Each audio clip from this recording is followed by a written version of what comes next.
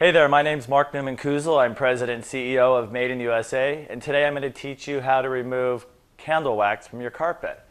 If you're a candle queen like I am, there's going to be candles all over the house, and I try to avoid wax on the carpet. But if it happens, don't worry. You just need some paper towels, a pair of scissors, and what I like to use the paper towel for is you just put it here, so for any debris. Then if you can try to just kind of scrape it with your fingernails, you can get some of it off like that. Not all of it, unfortunately.